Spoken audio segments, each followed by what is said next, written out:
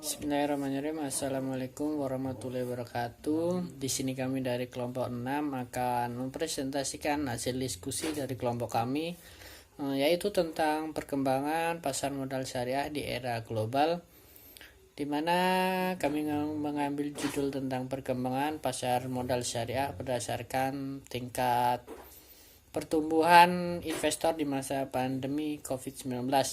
Studi kasus kami mengambil dari Bursa Efek Indonesia atau BEI.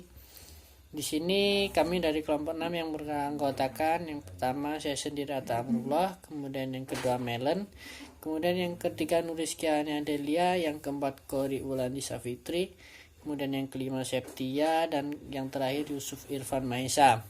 Diskusi kelompok kami akan dimulai oleh Qori Wulandi Saputri dan diteruskan oleh anggota kelompok yang lain. Definisi pasar modal syariah. Pasar modal adalah sarana atau tempat yang mempertemukan antara pihak yang memiliki kelebihan dana dengan pihak yang kekurangan dana. Menurut Dahlan Siamat menjelaskan bahwa pasar modal adalah suatu tempat yang terorganisasi di mana efek-efek diperdagangkan yang disebut bursa efek. Menurut Undang-Undang Nomor 8 Tahun 1995 tentang pasar modal disebutkan bahwa pasar modal adalah kegiatan yang bersangkutan dengan penawaran umum dan perdagangan efek perusahaan publik yang berkaitan dengan efek yang diterbitkannya, serta lembaga dan profesi yang berkaitan dengan efek. Istilah pasar biasanya digunakan istilah bursa, exchange, dan market. Sementara untuk istilah modal sering digunakan istilah efek, securities, dan stock. Sedangkan yang dimaksud dengan efek pada pasal 1 ayat 5 adalah surat berharga, yaitu surat pengakuan utang, surat berharga komersial, saham, obligasi, tanda bukti utang, unit penyertaan, kontrak investasi kolektif, kontrak berjangka atas efek, dan setiap derivatif dari efek. Dengan demikian, secara umum, pasar modal adalah suatu tempat bertemunya para penjual dan pembeli untuk melakukan transaksi dalam rangka memperoleh modal. Dengan kata lain, pasar modal adalah tempat atau sarana yang dapat membantu perusahaan-perusahaan yang memerlukan modal yang besar guna memperluas usaha dan juga membantu pemerintah meningkatkan pendapatan masyarakat. Pasar modal syariah dapat diartikan sebagai kegiatan dalam pasar modal sebagaimana yang diatur dalam UU PM yang tidak bertentangan dengan prinsip syariah. Oleh karena itu, pasar modal syariah bukanlah suatu sistem yang terpisah dari sistem pasar modal secara keseluruhan. Secara umum, kegiatan pasar modal syariah tidak memiliki perbedaan dengan pasar modal konvensional. Namun, terdapat beberapa karakteristik khusus pasar modal syariah, yaitu bahwa produk dan mekanisme transaksi tidak bertentangan dengan prinsip-prinsip syariah. Pasar modal syariah adalah pasar modal yang dijalankan dengan prinsip-prinsip syariah. Setiap transaksi surat berharga di pasar modal dilaksanakan sesuai dengan ketentuan syariat Islam. Selanjutnya, dasar hukum pasar modal syariah. Hukum pasar modal tidak dijumpai baik dalam Al-Quran maupun hadis yang membicarakan tentang pasar modal dan juga hukumnya. Namun demikian, perdagangan saham tidak bertentangan dengan hukum Islam. Akan tetapi, kebolehan jual beli saham ini terbatas pada saham-saham yang bidang usahanya tidak bertentangan dengan ketentuan-ketentuan syariat Islam. Seperti perusahaan-perusahaan yang memproduksi makanan, minuman, atau jasa yang tidak dilarang oleh agama. Oleh karena itu, orang Islam yang ingin membeli saham suatu perusahaan terlebih dahulu harus mengadakan penyelidikan yang seksama tentang bidang usaha dari perusahaan yang menawarkan saham tersebut. Dewan Syariah Nasional atau DSN, Majelis Ulama Indonesia atau MUI, pada tahun 2003 mengeluarkan fatwa tentang kebolehan bertransaksi di pasar modal selama mekanisme dan objeknya tidak bertentangan dengan prinsip syariah. Fatwa yang dikeluarkan oleh DSN berkaitan dengan ketentuan umum pasar modal syariah, prinsip-prinsipnya, emiten yang menerbitkan efek syariah, kriteria dan jenis efek syariah, transaksi yang dilarang, dan penentuan harga saham. Instrumen keuangan pasar modal syariah. Yang pertama ada saham syariah. Saham adalah surat berharga yang bersifat kepemilikan terhadap suatu perusahaan. Maksudnya adalah si pemilik saham merupakan pemilik perusahaan. Semakin banyak saham yang ia miliki dalam perusahaan tersebut, maka semakin besar pula kekuasaan dan wewenangnya pada perusahaan tersebut. Keuntungan yang diperoleh dari saham adalah dividen. Pembagian dividen ini ditentukan dalam rapat umum pemegang saham atau RUPS. Ini dimaksud dengan saham dalam pasar modal syariah dengan pasar modal konvensional tidak ada bedanya. Hanya saja saham yang diperdagangkan pada pasar modal syariah harus datang dari emiten yang memenuhi kriteria-kriteria syariah.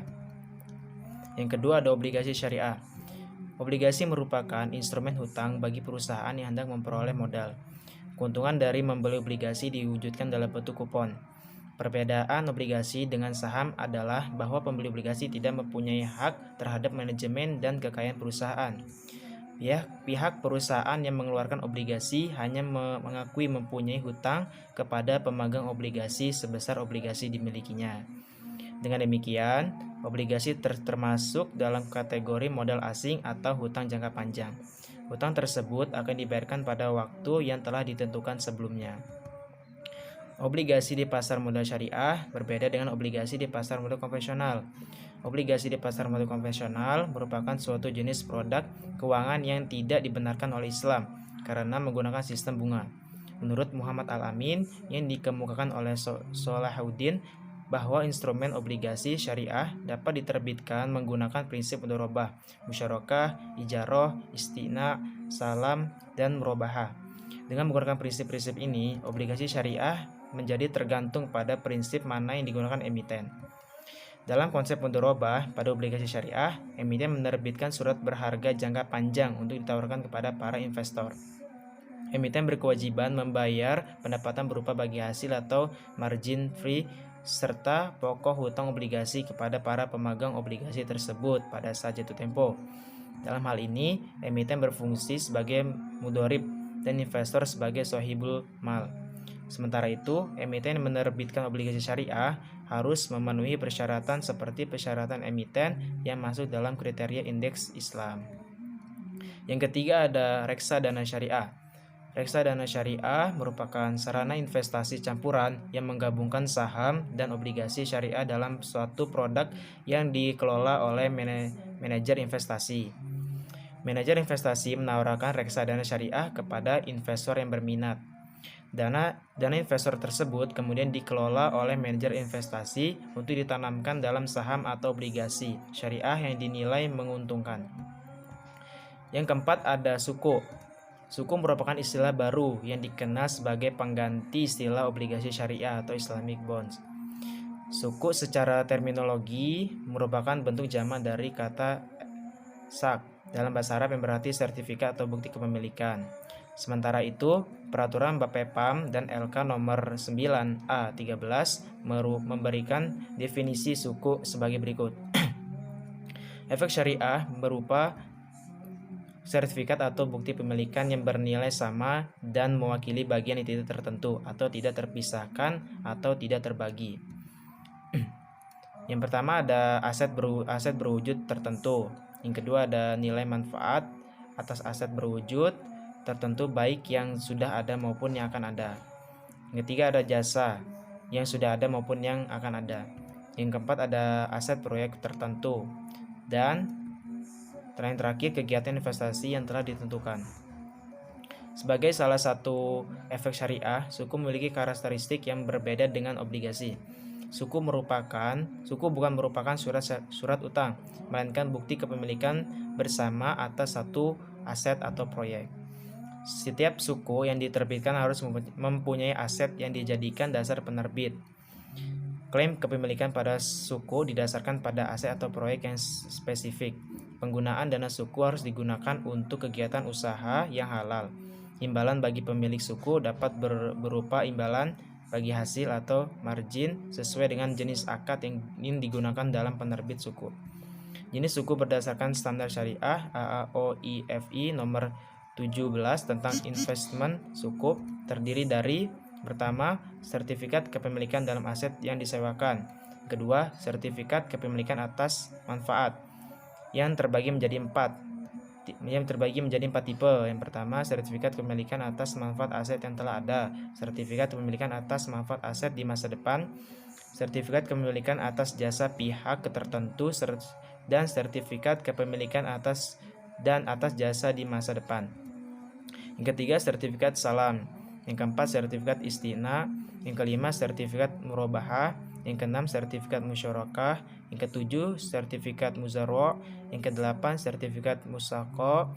Yang kesembilan, sertifikat mugorosa. Selanjutnya, investor. Investor didefinisikan sebagai setiap orang yang melakukan pembelian atau penjualan atau surat berharga lainnya di pasar modal. Sedangkan menurut Bapepam tahun 2008, investor adalah pihak-pihak yang melakukan kegiatan investasi dalam dunia keuangan. Investor digolongkan menjadi beberapa tipe investor, yaitu investor asing dan investor domestik. Kemudian secara garis besar, investor digolongkan berdasarkan individual dan institusional.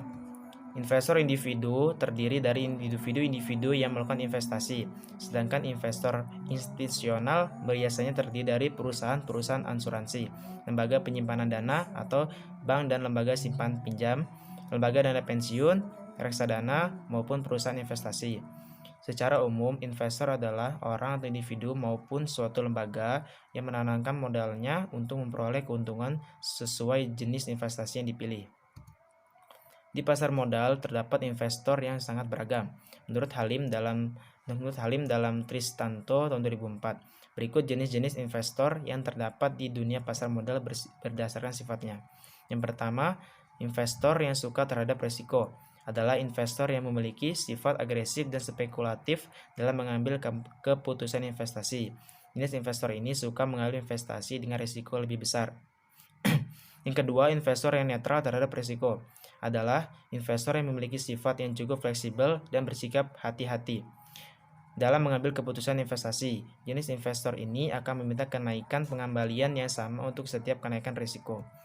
Yang terakhir, ada investor yang tidak suka terhadap risiko adalah investor yang memiliki sifat yang lebih suka mengambil investasi dengan risiko yang lebih kecil. Investor jenis ini biasanya cenderung lebih mempertimbangkan secara matang dan terencana atas keputusan investasinya. Materi selanjutnya yaitu tentang perkembangan pasar modal syariah era global pada masa pandemi. Dari grafik tersebut dapat kita lihat bahwa beberapa negara yang terkena dampak dari COVID-19 sangat berdampak pada sektor keuangan, tak terkecuali pada keuangan syariah. Berdasarkan analisis terhadap grafik tersebut, pada tahun 2020, GCC, Malaysia, dan Turki mengalami penurunan tingkat keuangan syariah akibat dari pandemi ini. Namun pada negara Iran justru mengalami peningkatan. Hal ini membuktikan bahwa dengan adanya COVID-19 masih terdapat beberapa negara yang memiliki perkembangan dengan indikator positif pada keuangan syariah. Bursa Efek Indonesia. Dilihat dari sejarahnya, perjalanan PT Bursa Efek Indonesia berawal pada abad 19 ketika pemerintah Hindia Belanda membuka perkebunan di Indonesia. Pada 14 Desember 1912, perdagangan bursa saham diresmikan dengan nama Vereniging voor de Effectenhandel yang merupakan cabang dari Amsterdam Effectenbeurs, Bursa Efek Amsterdam di Belanda. Pendirian Badan Pelaksana Pasar Modal atau Bapepam pada tahun 1976 melalui keputusan Presiden nomor 52 tahun 1976 menandai lembar sejarah baru di pasar modal di Indonesia setelah hampir 3 dekade lepas dari penjajahan Belanda. Bapepam menjalankan fungsi ganda sebagai pelaksana sekaligus pengawas pasar modal. Fungsi pelaksana bursa diserahkan kepada swasta, ditandai dengan swastanisasi pendirian Bursa Efek Jakarta oleh Presiden Soeharto pada tanggal 13 Juli 1992. Pendirian BEJ ini melengkapi Bursa Efek Surabaya yang lebih dahulu berdiri pada tanggal 16 Juni 1989.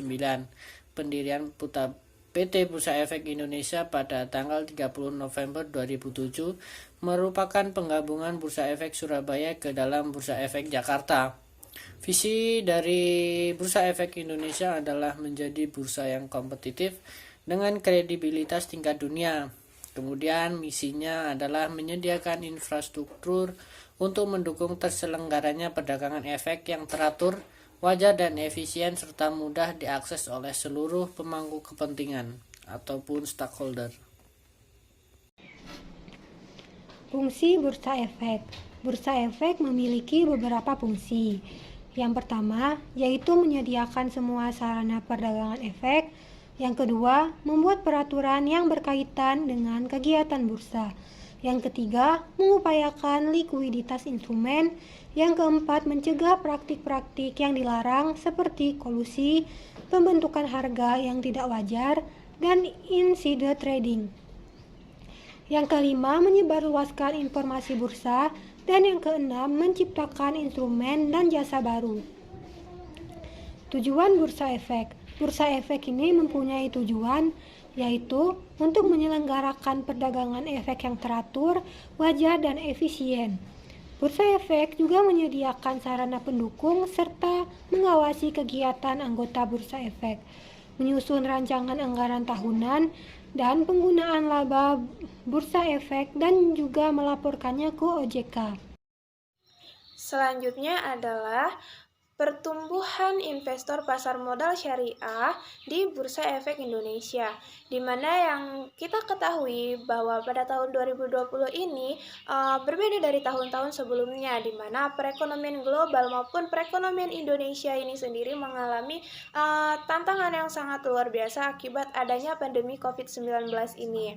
Nah, COVID-19 ini berdampak pada perusahaan industri maupun UMKM sehingga mereka menutup kegiatan usahanya. Pada Bursa Efek Indonesia atau BEI mencatat penurunan indeks harga saham gabungan atau IHSG dengan titik terendah sekitar pada level 3.937 pada tanggal 24 Maret 2020. Padahal sebelumnya di awal tahun 2020 ini tercatat sekitar 6.300. Namun di masa pandemi COVID-19 ini minat perusahaan untuk mendaftarkan perusahaannya di Bursa Efek Indonesia ini tidak surut. Hingga 30 Desember 2020 ini sebanyak 51 perusahaan melakukan initial public offering atau lebih biasa dikenal dengan IPO dan mencatatkan sahamnya di Bursa Efek Indonesia. Nah, sehingga sampai dengan akhir 2020 tercatat sekitar 713 perusahaan yang mencatatkan sahamnya di Bursa Efek Indonesia. Nah, seperti dilansir oleh EY Global IPO Report kuartal 4 pada tahun 2020, Bursa Efek Indonesia ini masih menjadi bursa dengan jumlah IPO yang terbanyak di antara negara-negara ASEAN dan Bursa Efek Indonesia ini menempati urutan ke-7 di kancah global. Selama tahun 2020, Bursa Efek Indonesia ini mencatat peningkatan tertinggi jumlah investor baik di saham, obligasi maupun reksadana di 4 tahun terakhir. Sehingga dengan hal ini Bursa Efek Indonesia menyatakan bahwa tahun 2020 merupakan tahun kebangkitan investor domestik retail di Indonesia. Nah, selama tahun 2020, pasar modal syariah tetap tumbuh dan berkembang di tengah merebaknya COVID-19 ini. Bursa Efek Indonesia mencatat sekitar 25,21% terjadi peningkatan investor syariah di tahun 2020. Nah, investor syariah ini sebanyak sekitar 85.891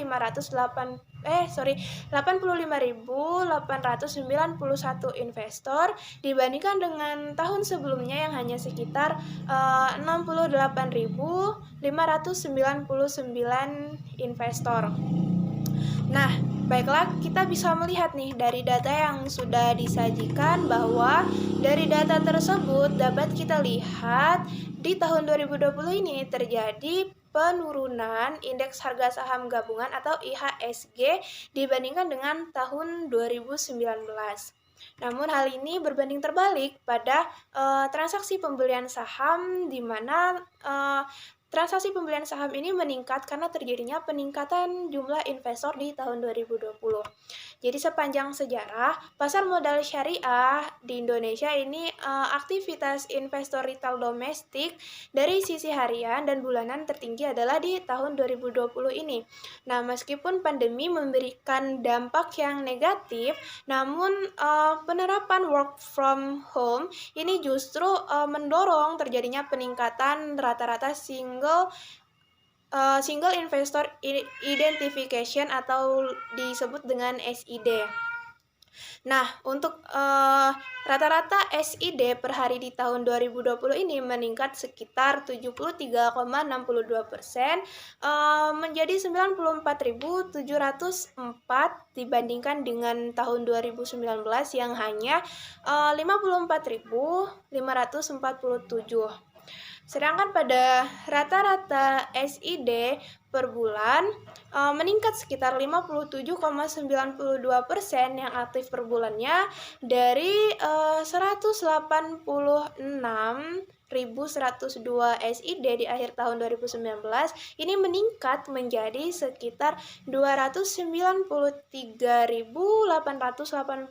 SID pada akhir tahun 2020 ini dengan penutupan IHSG di 30 Desember 2020 di level 5.979.